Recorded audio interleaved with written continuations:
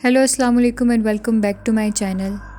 And this is second part of काली ज़ुबान and 16 episode of horror stories. कल जहाँ से कहानी ख़त्म हुई थी वहाँ से आज दोबारा से कहानी का आगाज़ करते हैं और देखते हैं कि किस तरह से उसकी काली ज़ुबान जो है वो उसके ससुराल में मुश्किलात पैदा करती है और आखिर में समरीन का क्या अंजाम होता है। तो बिना देरी के जंप करते हैं वीडियो के अंदर। अब तक आपने देखा कि किस तरह से वो प्रॉब्लम्स क्रिएट करती है अपने ससुराल वालों के लिए और अच्छे से फ़ौरन से एक बुरी लड़की बन जाती है और बुरा बिहेव करने लगती है। किस तरह से वो अपने ससुराल वालों का जीना हराम करती है ये देखते हैं। एक दिन घर में कुछ मेहमान आए होते हैं और समरीन सो रही होती है। उसकी सास उसको आवाज़ें देने लगती हैं मगर गहरी नींद में होने की वजह से वो नहीं सुनती। बार बार आवाज़ देने से जब उसकी आंख खुलती है उसे बहुत गुस्सा आता है। जब वो जाती है तो मेहमान सब बैठे हुए होते हैं। वो उनके सामने लिहाज भी नहीं करती और कहती है कि सोने भी नहीं देती, सुकून नहीं है ज़िंदगी में। ये कहकर वो अपने कमरे में जाकर लेट जाती है और कहती है बुढ़िया तेरी ज़ुबान ही बंद हो जाए। इतने में उसका शौहर रूम में भागता हुआ आता है और कहता है कि माँ को पता नहीं क्या हो गया है, वो कुछ बोल ही नहीं पा रही, उनकी ज़ुबान ही नहीं हिल रही, बंद हो गई है। तो वे सुनकर ऊंची ऊंची हंसने लगती है। उसके शौहर को बहुत हैरत होती है।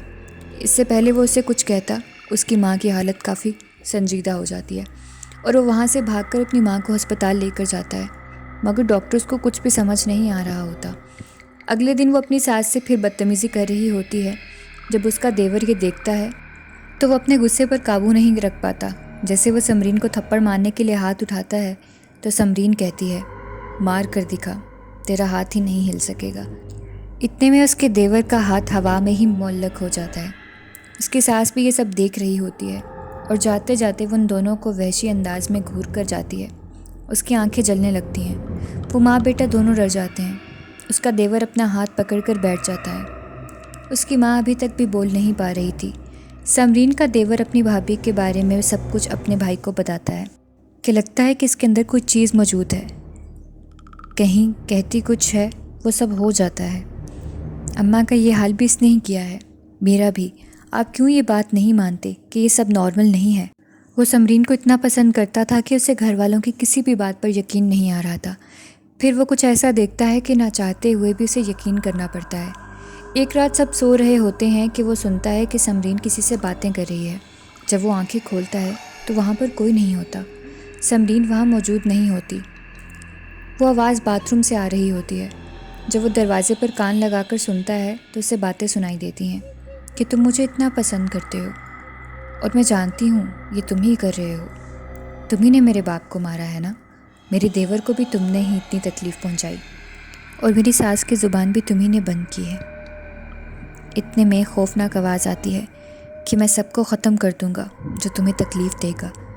ये सुनकर उसका शौहर डर जाता है और जाकर अपने बिस्तरे पर लेट जाता है। कुछ देर बाद उसे बाथरूम का दरवाज़ा खुलने की आवाज़ आती है। वो समरीन भी आकर सो जाती है लेकिन उसका शौहर सारी रात खौफ के मारे नहीं सोता।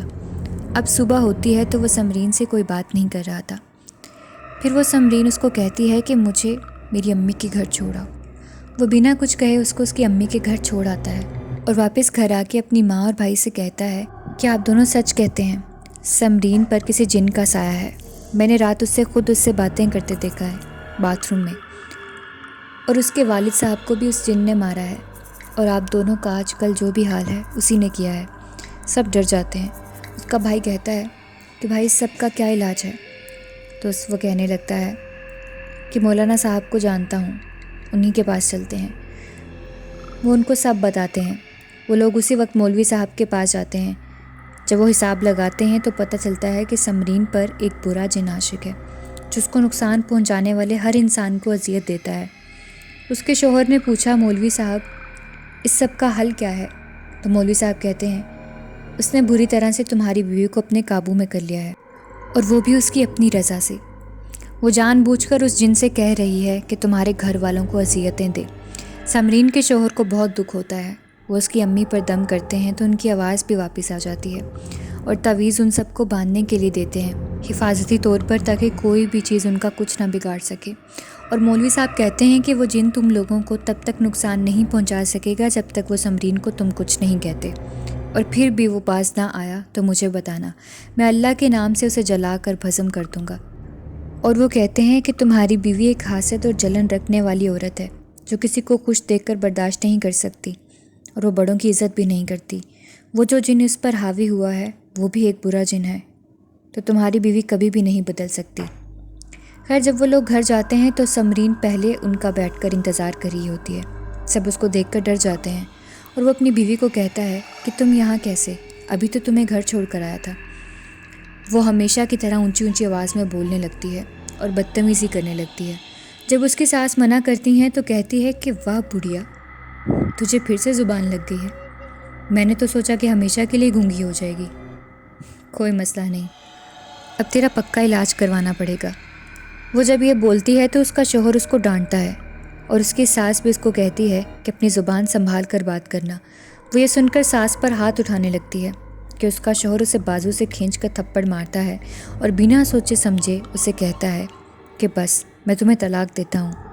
یہ سنتے ہی سمرین بت بن کر کھڑی ہو جاتی ہے اور وہ جن یہ سب دیکھ کر خوش ہو رہا ہوتا ہے، کیونکہ ان بری چیزوں کا تو کام ہوتا ہے رشتوں کو توڑوانا۔ یہ سب سننے کے بعد بھی سمرین اپنے شوہر سے بدتمیزی کرتی ہے اور اس کا گلا دبانے کی کوشش کرتی ہے۔ وہ اسے پکڑ کر گھر سے باہر نکال دیتا ہے اور خود بھی خوب روتا ہے، لیکن سمرین کبھی بدلنے والی نہیں تھی اور اپنی ماں سے بدتمیزی کوئی بھی برداشت نہیں کرتا۔ پھر وہ برباد ہو کر اپنے گھر آ جاتی ہے اور اپنی ماں سے بھی بدتمیزی کرنے لگتی ہے کہ اس نے مجھے طلاق دے دی، اب خوش تو ہوگی نا، سکون تو آ جائے گا نا تمہیں، اور اونچی اونچی چیخنے لگتی ہے۔ وہ جن بھی اب اسے تکلیفیں دیتا ہے اور اسے مارتا بھی تھا، کیونکہ اسے تو تکلیف دینے کے لیے انسانوں کو سکون ملتا تھا۔ اس کی ماں بہت روتی ہے اور اس کو یاد آتا ہے کہ اس رشتے کروانے والی عورت نے بد دعا دی تھی کہ تیری بیٹی کو بھی طلاق ہوگی، اور وہ بھی اس کے اپنے کاموں کی وجہ سے۔ اب سمرین خود سے باتیں کرتی رہتی، سب سے لڑتی، گالیاں دیتی، ننگے پاؤں گھر سے باہر نکل جاتی۔ وہ اس جن کو بھی برا بھلا کہتی رہتی۔ وہ بالکل اپنا توازن کھو چکی تھی، پاگل ہو گئی تھی وہ۔ اب اس کی ماں اور بھائی اسے پاگل خانے داخل کروا دیتے ہیں۔ وہاں بھی وہ خود سے باتیں کرتی رہتی، نہ اس کی طبیعت میں کوئی سدھار آ رہا تھا، دن بدن وہ زیادہ بیمار ہوتی جا رہی تھی۔ اس لیے کہتے ہیں کہ انسان کو اپنا بولنا اور اپنا آپ اچھا رکھنا چاہیے، ورنہ قسمت ایسا برا کھیل کھیلتی ہے کہ عمر بھر کا روگ لگ جاتا ہے۔ آج بھی سمرین پاگل خانے میں ہے اور دن بدن اس کی حالت بگڑتی جا رہی ہے۔ ماں اس کی دن بدن اس کے غم میں ختم ہوتی جا رہی ہے، اور سمرین کا شوہر بھی آج تک اسے بھلا نہیں پایا۔ ایک زبان کی وجہ سے کتنی زندگیاں برباد ہو گئیں۔ So yeah, that's it for today's video, and this was the second part of this story, and I hope you liked it and enjoyed the video. If you do, so go and subscribe my channel and don't forget to hit the bell icon so you never miss any update from my channel. بنے رہیے میری videos کے ساتھ، روز کا روز میں content ڈالتی رہوں گی۔ I just need your appreciation and I hope کہ آپ کو میری ویڈیوز پسند آ رہی ہوں گی۔